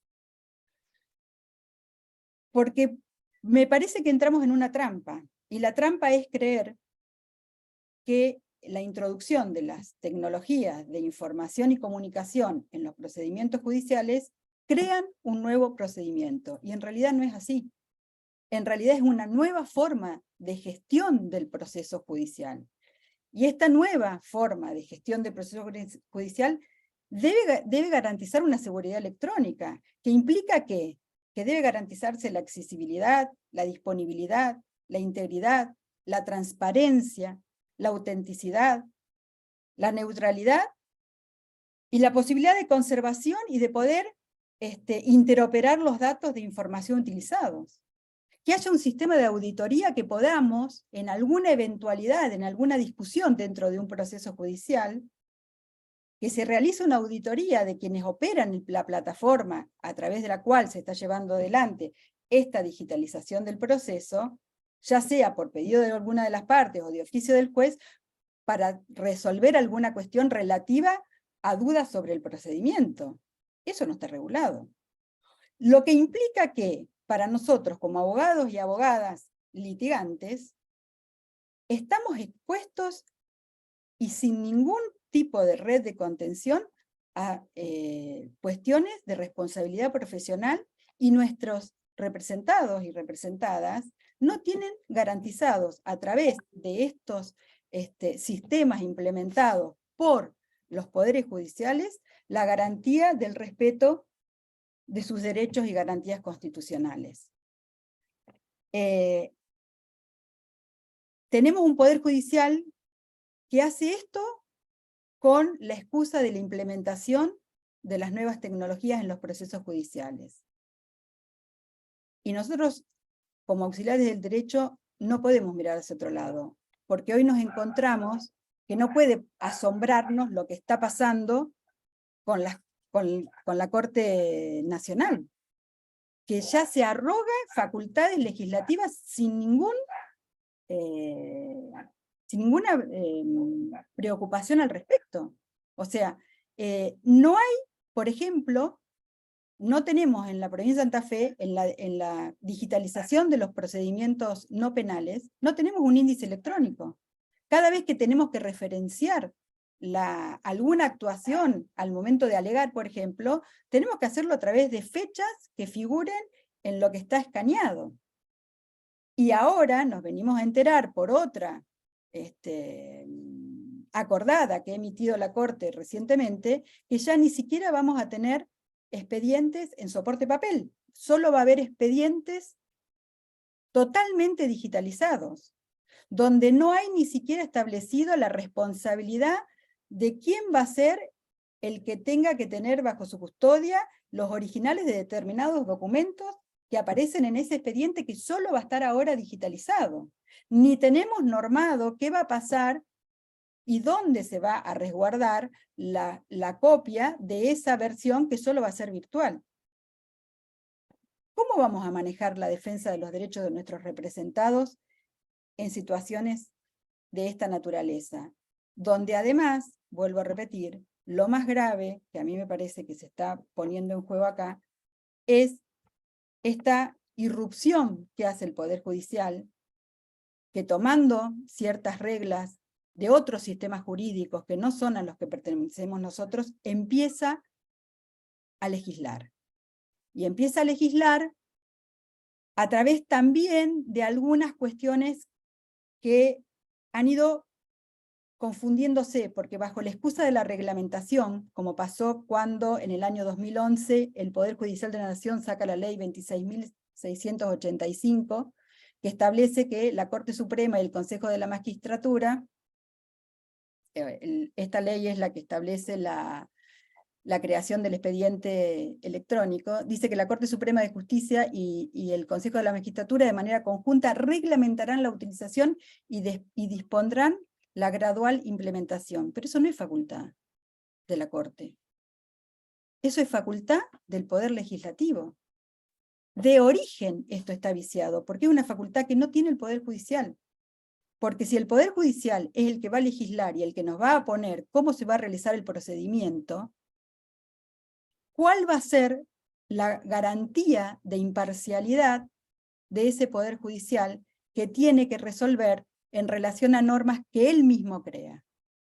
En nuestra provincia, en Santa Fe, cuando se hizo la reforma del Código Procesal Laboral en el año 2013, excediendo el marco de un Código de Procedimiento Laboral, se incorpora un artículo, el 29 bis, que establece le otorga facultades a la Corte Suprema de la provincia para reglamentar una implementación gradual del expediente electrónico, del documento electrónico, de la firma electrónica, de la firma digital, de las comunicaciones electrónicas, con idéntica eficacia y valor probatorio de los mismos, de las versiones convencionales. Ahora bien, la Constitución de la provincia no permite esta delegación de facultades. No solo porque establece expresamente que es atribución de la legislatura dictar leyes de organización, de la organización y la realización de los procedimientos judiciales, sino porque también dispone que la Administración de Justicia debe regirse por una ley reglamentaria de su organización, en el caso de nuestra provincia, la Ley Orgánica del Poder Judicial, y por códigos que determinen sus modos de proceder.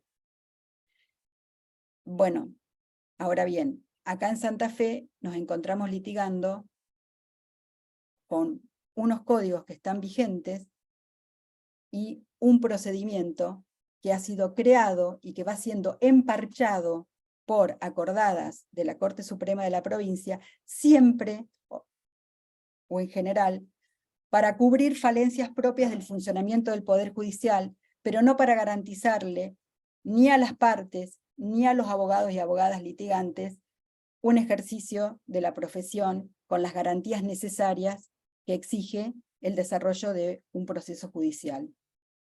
No está legislado cómo funciona el sistema del cargo electrónico, no tenemos un cargo electrónico, sigue siendo una mezcla con un vacío entre el cargo tradicional y el cargo electrónico. Como les dije antes, no está establecido quién va a custodiar los documentos originales que sean necesarios. No tenemos forma segura de controlar el envío y recepción de los escritos y documentos. No se deja una constancia fehaciente que nos dé seguridad de esas presentaciones, y no tenemos una legislación que regule lo que se ha dado a llamar en las acordadas de la Corte el domicilio electrónico. El domicilio electrónico no es una dirección de correo, no tiene las garantías que debe tener un domicilio electrónico, y no nos da las garantías porque la constitución del domicilio ad litem tiene efectos legales. Se pueden perder derechos por no cumplirse con las cargas procesales, y cuando el domicilio electrónico no está regulado, nos encontramos con que se está supliendo un elemento y un instituto dentro del procedimiento judicial que no tiene las mismas garantías, que no tenemos las mismas garantías cuando tenemos que representar o trabajamos con clientes a quienes patrocinamos. ¿Cuál es la garantía de la autenticidad de la firma en un expediente absolutamente virtual, como es ahora en Santa Fe, de la firma física de aquella persona que no cuenta con firma digital. No está regulado. Y mientras no esté regulado y esto se siga dando, cada vez que los abogados y abogadas ejercemos nuestra profesión, corremos muchos riesgos y asumimos responsabilidades que nos exceden. El hecho de que no esté foliado y que, electrónicamente el expediente tampoco nos da la seguridad que necesitamos para la no falsificación de los documentos. Ha habido acá en la provincia muchísimos casos donde al no acompañarse los originales ni establecerse un sistema de domicilio electrónico que permita reemplazar la cédula en papel, ha habido casos de falsificación de cédulas porque se le ha puesto a una cédula un ticket que no le pertenecía. Y eso no hay una normativa que lo regule. Entonces, para ir cerrando mi intervención, es decirles, y como disparador, preguntarnos si como abogados y abogadas no debemos preocuparnos de esta alteración del sistema republicano, de esta falta de legitimidad y de legalidad de la que adolece la incorporación de las nuevas tecnologías a los procedimientos judiciales, de cómo podemos garantizarle a nuestros clientes el respeto de sus derechos y que se ponen en juego en un proceso judicial, y cómo hacemos con este poder judicial que cada vez avanza más y se arroga facultades que no tiene, dejando desvalidos no solo a los ciudadanos, sino también a quienes ejercemos la profesión litigando en representación de los derechos y los intereses de aquellas personas que concurren a nuestra consulta. Les dejo la inquietud, espero si hay alguna otra versión en alguna provincia que yo no conozca, y que pueda ser mejor que la situación que vivimos en Santa Fe.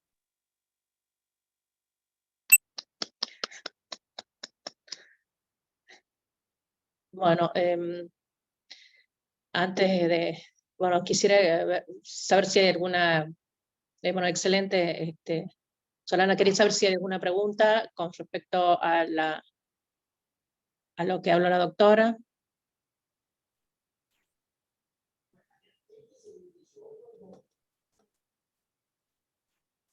Bueno, muy buena, hay felicitaciones, Valeria, hay felicitaciones, y bueno, no hay ninguna consulta, opinión.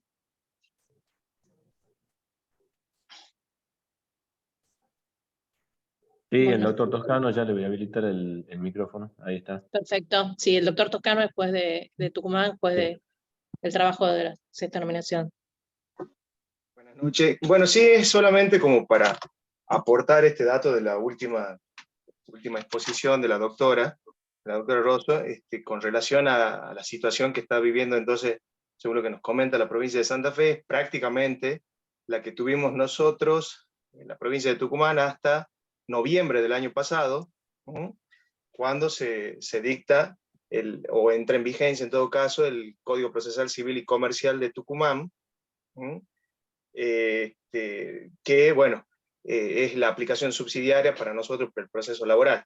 Efectivamente, acá en la provincia de Tucumán, prácticamente todo el procedimiento, el proceso judicial digital desde el 2020 hasta el año pasado, se regía a través de acordadas, prácticamente, tal cual como está informando la doctora, eran acordadas diarias, semanales, y efectivamente, bueno, ha habido incluso casos donde se han planteado muchas cuestiones que han sido resueltas hasta por la Corte de la provincia respecto de la legitimidad o no de las audiencias realizadas en forma remota, en casos penales, que como dice la doctora, la misma corte que había dictado la acordada que lo permitía tuvo que resolver sobre la legitimidad de ese tipo de reglamentación, o sea, si se dieron estas situaciones.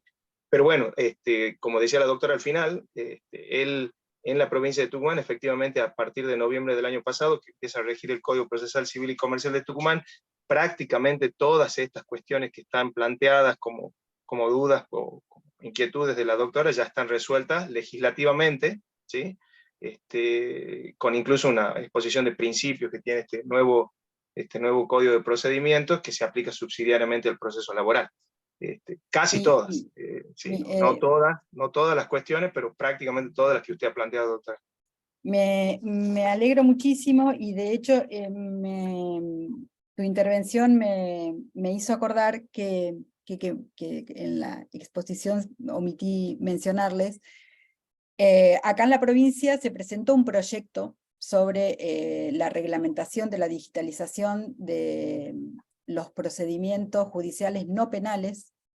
Se presentó en el año 2020 y perdió estado parlamentario, se volvió a presentar en el 2022, pretendiendo dar respuesta a todas las preguntas que fui haciendo a lo largo de mi intervención, hablar del domicilio electrónico, hablar de las garantías, de qué manera brindar la seguridad a esta tramitación digital, hablar de la seguridad electrónica y de qué manera garantizarla a través de qué requisitos se debían cumplir, en qué casos no era posible admitir la notificación electrónica, cómo manejarnos en el supuesto de la presentación de escritos con patrocinio letrado, porque esto me lleva a otra reflexión. Este avance que hay de los poderes judiciales legislando tienen la otra cara de la moneda, que es el desinterés demostrado de los poderes legislativos de hacerse cargo de las funciones que les son propias y cumplir con las funciones conforme a las constituciones, que es dictar las normas necesarias para esa reglamentación y que para que entonces el Poder Judicial pueda cumplir la jurisdicción, que no es más ni menos que aplicar la ley. Esperemos que este proyecto que presentó la diputada Matilde Bruera aquí en Santa Fe, que todavía tiene estado parlamentario, pueda tener en este año el tratamiento que se merece y por lo menos lo pongamos en debate. Todo puede ser discutido, todo debe ser discutido, todo puede ser mejorado, lo que no puede ser es ignorado. Bueno, muchas gracias por su intervención, doctor Docano, muchas gracias. Bueno, creo que no hay más preguntas, estamos ya en el horario que habíamos previsto concluir, agradecemos a todos y a todas la presencia. Bueno, le doy paso a mi co-coordinadora, que es la doctora Cecilia Eli, en representación del Colegio de Abogados de Tucumán, para que dé las palabras de cierre. Sí, buenas noches ya, colegas. Muchísimas gracias por sus participaciones, a los colegas expositores por sus excelentes aportes, por su gran generosidad de dedicar su tiempo para compartir los conocimientos. Ha sido un gusto enorme compartir esta primera experiencia de jornada con ustedes, colegas de todo el país, es un honor. Cuenten, estamos a su entera disposición, tanto la doctora Contino como yo, desde el Instituto de Derecho Laboral. Lo que necesiten, estamos en contacto y muchísimas gracias por esta hermosa jornada. Muchísimas gracias a todos ustedes por la invitación. Bueno, adiós, hasta luego. Lo único que le quería pedir a Pablo, que había un mensaje de chat que pidió los sitios donde vos utilizas para certificar. Después me lo pasas, así se lo pasamos a los que han intervenido en la charla. Dale, perfecto, te lo envío. Bueno, muchísimas gracias a todos y a todas, y bueno, agradecemos a todos los participantes, a las organizaciones participantes, y nos vemos, porque hay una segunda jornada, porque han visto que no hemos hablado nada de inteligencia artificial, no han hablado nada, en la próxima reunión, bueno, hay otros expositores que encargarán dicho tema. Bueno, buenas noches y muchas gracias. Muchas gracias a todos, buenas noches. Chao, chao, gracias.